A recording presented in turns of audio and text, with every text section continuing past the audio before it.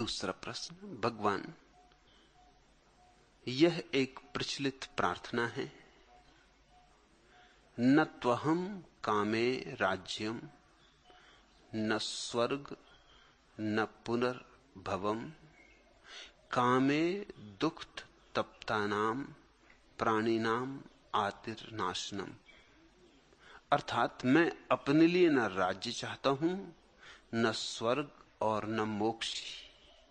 मैं तो यही चाहता हूं कि दुख से तपे हुए प्राणियों की पीड़ा का नाश हो। भगवान, इस पर कुछ कहने की अनुकंपा करें। पूर्णानंद, बात तो ऊपर से देखने पर प्यारी लगती है, मगर बस ऊपर से ही देखने पर। थोड़ी गहरी खुदाई करोगे तो बात को थोथा पाओगे।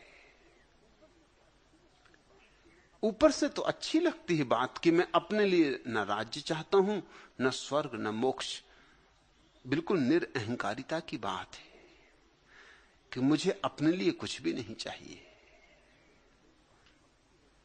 लेकिन एक बात पक्की है कि मैं अभी हूं। मुझे अपने लिए कुछ भी नहीं चाहिए, मगर मैं हूं। और जहां मैं है वहां तुम लाख कहो कि मुझे कुछ भी नहीं चाहिए, कहीं भीतर चाह बनी ही रहेगी। मैं बिना चाहे के हो ही नहीं सकता। असंभव। चाह तो मैं की सांस है, वो तो अहंकार की श्वास प्रश्वास है। शायद ये प्रार्थना करने वाले ने होशियारी की है। ऐसी होशियारी की है, सुना होगा, पढ़ा होगा, शास्त्र निरंतर दोहराते हैं कि अपने लिए कुछ न मांगना। अपने लिए मांगोगे तो न पाओगे। दूसरों के लिए मांगना, क्योंकि परोपकार ही पुण्य है। इससे ही मोक्ष मिलता है। अपने लिए मोक्ष भी मत मांगना, नहीं तो चूक जाओगे। तो आदमी होशियार है, वो सोचता है मोक्ष पाना हो तो अपने लिए नहीं मांगना चाहिए, नहीं तो चूक जाएंगे। मेरे पास लोग आते, वो कहते हैं हम ध्यान करते हैं मगर लगता नहीं। मैंने कहा किस लिए ध्यान करते हो? तो वो कहते हैं इसलिए ध्यान करते हैं कि स्वास्थ्य मिले, आनंद मिले, सफलता मिले, इस लोक में भी परलोक में भी यश मिले। उनको मैं कहता हूं जब तक ये आकांक्षाएं हैं तब तक ध्यान नहीं हो सकेगा, क्योंकि आकांक्षाएं ही तो ध्यान में बाधा है। तो वो मुझसे क्या पूछते हैं उसे गौर से सुन लेना, जाग के सुन लेना। वो कहते हैं अच्छी बात है, अगर आकांक्षाएं छोड़ दें फिर तो ध्यान लगेगा। आकांक्षाएं छोड़ दें तो मैं उनसे कहता हूं निश्चित ध्यान लगेगा। महीने 15 दिन में वो फिर आ जाते हैं। वो कहते हैं कि आकांक्षाएं भी छोड़ दी, ध्यान अभी भी नहीं लग रहा है।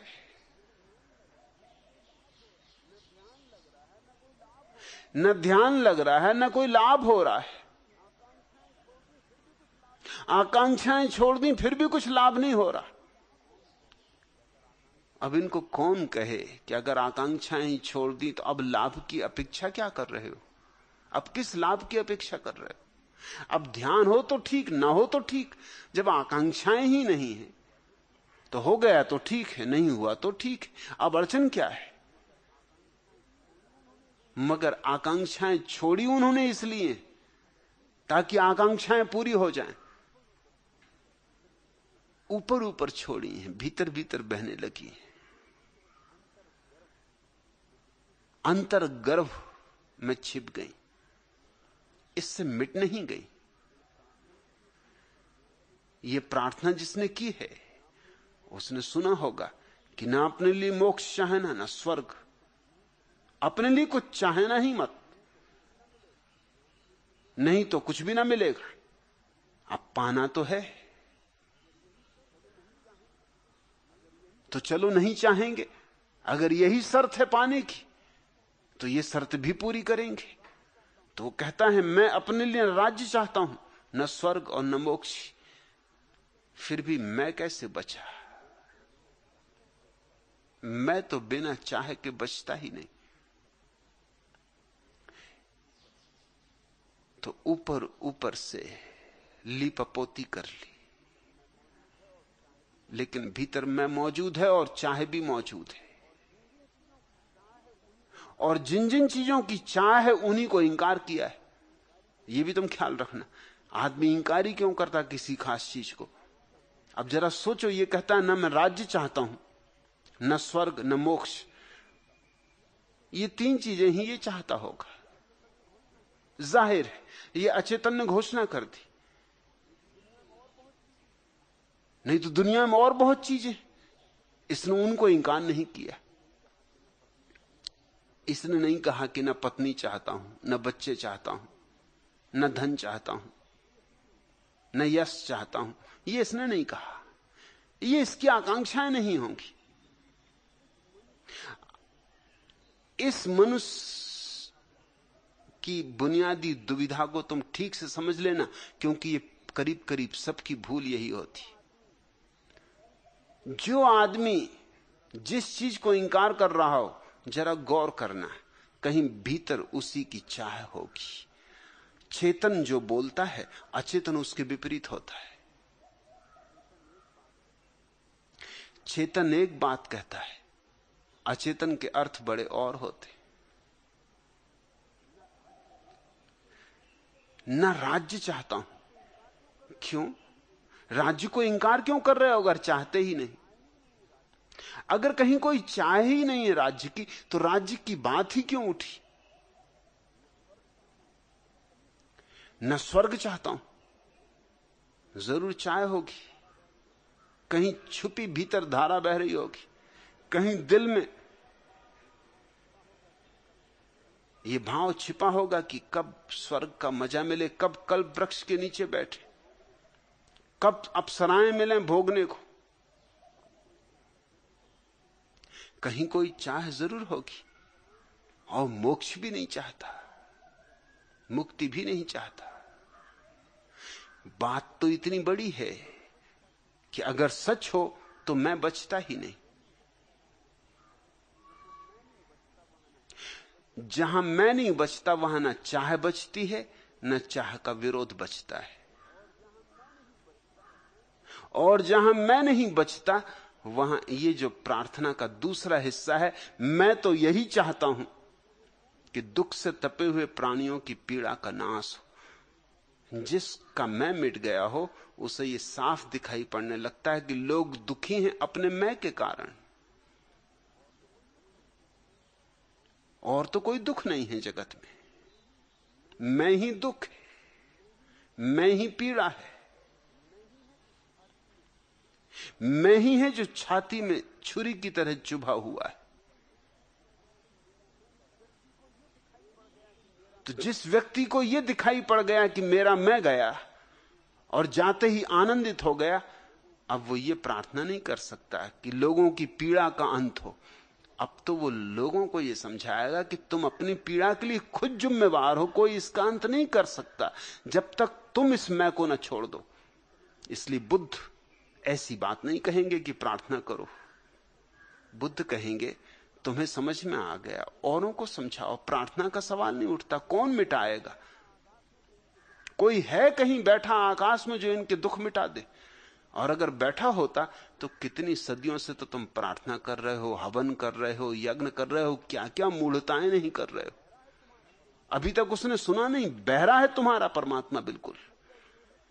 तुम्हारे ऋषि मुनि थक गए चिल्ला चिल्ला के, पंडित पुरोहित मंदिरों के घंटे बजा बजा के मर गए, उसकी कानों तक कोई खबर नहीं पहुंची, जूं भी नहीं रहेगा।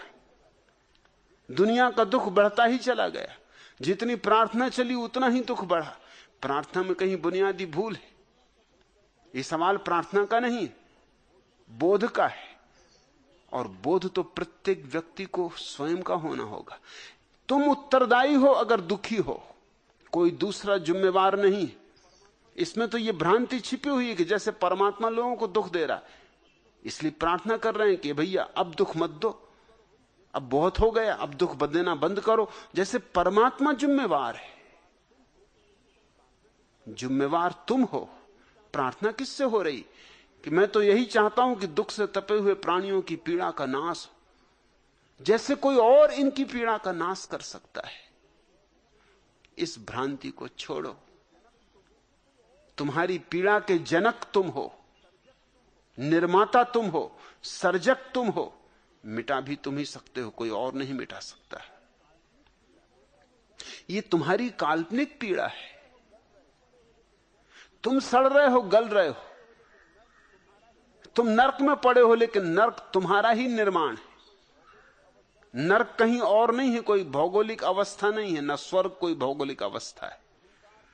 नर्क अहंकार से भरे हुए मन का नाम है, और स्वर्ग अहंकार से शून्य मन का नाम है। जहां अहंकार नहीं वहां सुख की वर्षा हो जाती, और जहां अहंकार है वहां दुखों की अंबार लग जाती। कौन इसको दूर करेगा? प्रत्येक व्यक्ति को ही अपना मुक्ता होना है। प्रत्येक व्यक्ति को ही अपने को मुक्ति देनी है, क्योंकि प्रत्येक व्यक्ति ने ही अपने हाथ से अपनी जंजीरें ढाली। कोई दूसरा तुम्हारी जंजीरें तोड़ भी दे, तुम फिर ढाल लोगे, जब तक कि तुम्हें ही इस बात का बोध ना हो जाए। मैं सन्यासी उस व्यक्ति को कहता हूं जिसने यह स्वीकार किया कि मैं उत्तरदायी हूं अपने सारे दुखों के लिए। और जब यह कोई स्वीकार कर लेता है कि मैं उत्तरदायी हूं, तो आधी समस्या तो हल हो ही गई। कुछ ना किया और आधी मंजिल आ गई। जैसे ही तुमने यह स्वीकार कर लिया कि मैं जिम्मेवार हूं अपने दुखों का, तुम्हें दूसरी बात भी साफ हो गई कि चाहूं तो अभी छोड़ दूं ये सारे दुख, और चाहूं तो जो ऊर्जा मैंने दुखों में नियोजित की है वही ऊर्जा सुखों में नियोजित कर दूं। मेरे हाथ का खेल है। एक सूफी फकीर जब मरा तो उसके शिष्यों ने पूछा कि हम वर्षों से आपको देख रहे हैं, कुछ तो ऐसे शिष्य थे जो 50 साल से उसके साथ थे। उन्होंने कहा कि एक बात हमें चकित करती रही, बार बार हम पूछते भी रहे, आप हंसते हैं और टाल जाते। आपको हमने कभी दुखी नहीं देखा, कभी उदास भी नहीं देखा।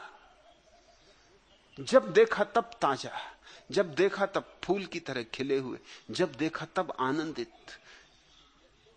क्या राज है इसका? उस फकीर ने कहा, अब तो मैं मर ही रहा हूं, तुम्हें राज बता देता हूं। आज से 50 साल पहले मैं बहुत दुखी आदमी था, तुम कुछ भी नहीं हो, तुम क्या खाक। मेरे दुख का कोई अंत नहीं था, मैं 24 घंटे दुख में सड़ रहा था। मेरा ढंग ही ऐसा था कि उसमें से दुख ही निकल सकता था। अगर मैं गुलाब के पास भी खड़ा होता तो कांटे गिनता था, फूल नहीं देखता था। और जो आदमी कांटे गिनेगा उसके हाथ कांटों से बिंध जाएंगे, लहू लुहान हो जाएगा। और जिसके हाथ लहू लुहान हो जाएंगे, आंखें आंसुओं से भर जाएंगी, उसको क्या खाक फूल दिखाई पड़ेंगे? उसे फूल दिखाई भी पड़ जाए तो भरोसा ना आएगा, क्योंकि सवाल यह उठेगा कि हजारों कांटों में फूल खिल कैसे सकता है? जरूर मुझे कुछ भ्रम हो रहा है। उस फकीर ने कहा कि लोग तो कहते हैं कि हर काली बदली में भी